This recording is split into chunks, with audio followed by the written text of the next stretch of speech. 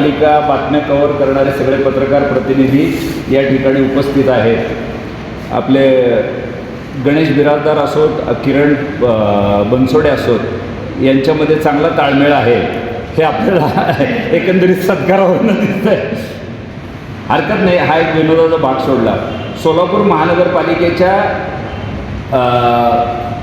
प्रशासकाला आता जवळपास 2 वर्ष होऊन ओलांडली आहेत आणि या शहरवासियातील अनेक लोकांनी ज्या वेळेला महानगरपालिकेत लोकप्रतिनिधी होते त्यांची कार्यपद्धती आणि तो सगळा कामकाज बघितलेला आहे आणि आता प्रशासनाचाही कामकाज बघितलेला आहे।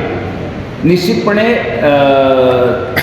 जो काही प्रशासनाला लोकल बॉडीचा जो अंकुश असतो तो थोडा कमी आहे हे निश्चित, परंतु त्यांची त्यामुळं जबाबदारी नक्की वाढलेली आहे आणि सोलापूर शहरातील विकास कामांना वेग यावा अशी नेहमीच, म्हणजे महानगरपालिका हे स्थानिक स्वराज्य संस्था असं एक क्षेत्र असतं की लोक कितीही काम करा थोडंसं अजून त्यांना थोडंसं पाहिजे असतं दररोज, म्हणजे थोडं कमी समाधानी असतात असं म्हटलं तरी हरकत नाही, कारण लगेचच आपण अपेक्षा व्यक्त करतो आणि लगेचच त्या पूर्तता व्हावी असं वाटत असतं। त्या दृष्टीनं निश्चित बदल होताना दिसतोय। विशेषतः शहर स्वच्छतेच्या बाबतीमध्ये आपण मागच्या 1-2 महिन्यामध्ये बघितलं चांगला वेग आलेला आहे।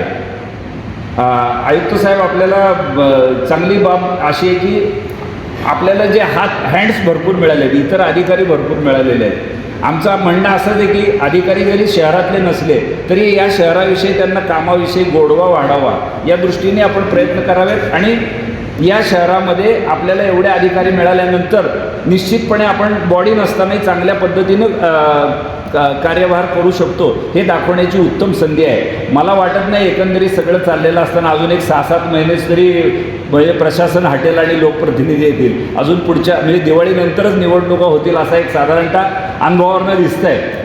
लवकर झाल्या तर हरकत नाही, कारण लोकांचे प्रतिनिधी असल्यानंतर लोकांमध्ये एक समाधानाची बाब वेगळी असते, ते नसावेत असं वाटत नाही। असल्यानंतर त्या दोन्हीमध्ये समन्वय आणण्याचं कामसुद्धा आयुक्त म्हणून आपल्यालाच करावं लागणार आहे। महानगरपालिकेच्या वतीनं अनेक अपेक्षा आहेत।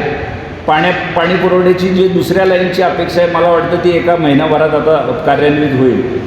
बरेच शेवटच्या काही कारणाने म्हणजे 5-6 अडचणींनी बराच आपल्याला त्रास दिला, आता शेवटच्या 2 अडचणी संपल्या असं परवा वाचनात आलं। चांगली बाब आहे।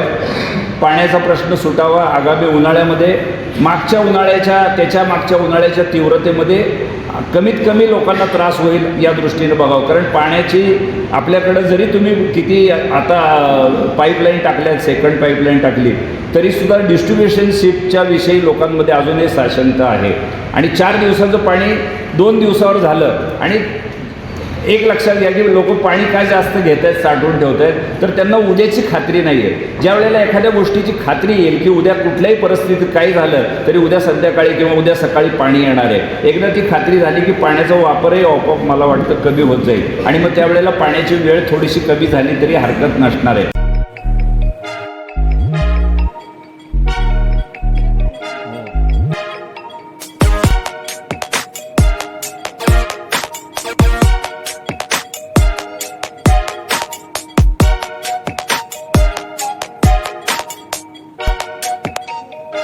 सोलापूर शहरातील सुप्रसिद्ध हॉस्पिटल म्हणजे सेंट्रल मल्टी स्पेशालिटी हॉस्पिटल मागील अनेक वर्षापासून सेवा बजावत आहे। 24 तास इमर्जन्सी सर्व्हिस, मॉडर्न टेक्नॉलॉजी, अनुभवी डॉक्टर्स तसेच अत्याधुनिक तंत्रज्ञान सुविधांनी सुसज्ज स्त्रीरोग प्रसूती विभाग, ऑर्थोपेडिक विभाग, मेडिकल विभाग आणि इतर एकमेव नाव म्हणजे सेंट्रल मल्टी स्पेशालिटी हॉस्पिटल। पत्ता गणेशपेठ शॉपिंग सेंटर, मंगळवार बाजार, सोलापूर।